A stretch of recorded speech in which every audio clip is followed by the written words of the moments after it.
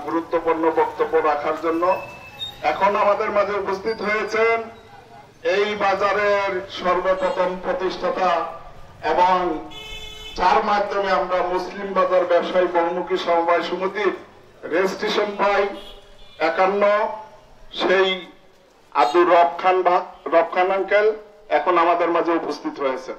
এই পর্যায়ে আমাদের মাঝে বক্তব্য নিয়ে আসবেন আমাদের বাজারের অন্যতম সদস্য জনাব মর্তুজা ভাই।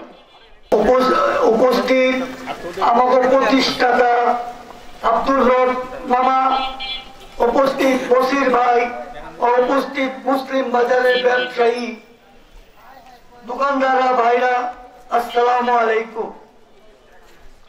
আমি আপনাকে সংক্ষিপ্ত দুটো কথা বলতে চাই। এই বাজারে আমরাই জন্মদাতা, আমার নানা, আমার মামা এবং আমি। আমার জন্মই যখন হয় না তখন থেকে তারা ব্যবসা করে এবং এই বাজার ভরট গাদা ছিল, তারা মাটি মাথা থেকে কইরা এই জায়গা ভরট করছে এবং কদম আলী মাতবর এবং কমত আলী মাতবর দূষররা উচিত কথা বলার জন্য যে বাজার স্টোরি হয়েছে, বাজার প্ল্যান পাস হয়েছে, আপনারা যে কাজ করবেন কিসের পরিণত করবেন এগুলো কথা বলাতেই ওর তো তুই বিএনপির দালাল, তুই বিএনপির লোক, তুই বেশি পটপট করে তোকে ছেড়ে দিব, তুই কোনো দোকান পাবি না। আজ পর্যন্ত আমাকে দোকান বোঝানো হয় নাই। আমার অপরাধ, আমি বিএনপি করি, আমার অপরাধ আমি তুই ন্যায্য কথা বলার জন্য আমাকে দোকান দেয় নাই।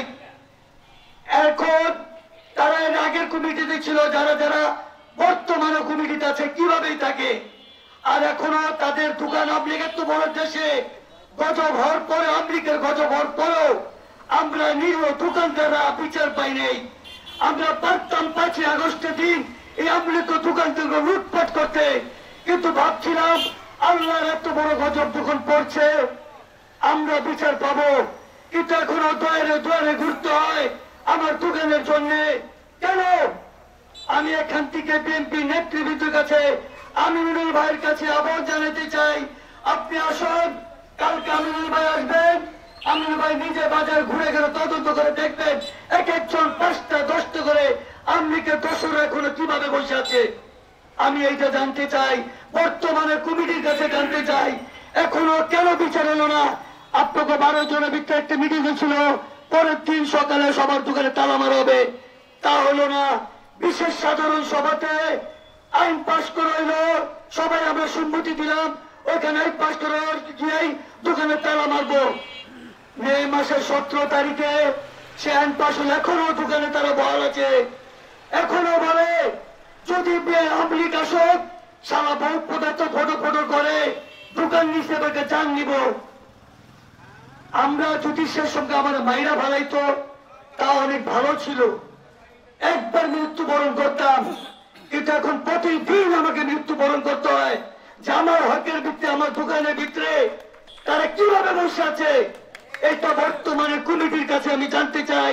আমাদের এলাকার 16 আসনের নেতা আমিনুল ভাইয়ের কাছে আমার আবেদন, কালকে উনি আসবে, কালকে ওনাকে জানাবো, পারলে পুরো মার্কেট ঘুরে দেখাবো। একজন 5টা 10টা করে বসে আছে নিয়ে আবার 5টা দোকান ভাড়া খায়, আবার 5টা দোকান বিক্রি করে, এক একজন কিভাবে করে। এখন একটা 120টা দোকান আছে, কিভাবে এখন অবৈধ দোকান তারা ভাড়া খেয়ে চলে। এর জন্য আমি সবার কাছে আবেদন জানাচ্ছি, প্রশাসনের কাছে, আমিনুল ভাইয়ের কাছে, মুসলিম বাজার কমিটির কাছে, আমাকে যত জলদি পারেন আমাকে দোকান বুঝিয়ে দেন, নাহলে এর থেকে বড় বড় সংগ্রাম করা হবে। এবার প্রেস ক্লাবে যাবো, আরো মিটিং মিছিল করা হবে।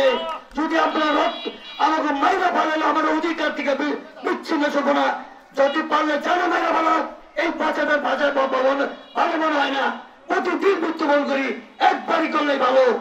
এই বলে আমার বক্তব্য শেষ করছি। আসসালামু আলাইকুম। বাংলাদেশ জিন্দাবাদ, মুসলিম বাজার জিন্দাবাদ। ধন্যবাদ। আমাদের মর্তুজা ভাই তার গুরুত্বপূর্ণ বক্তব্য রাখছেন।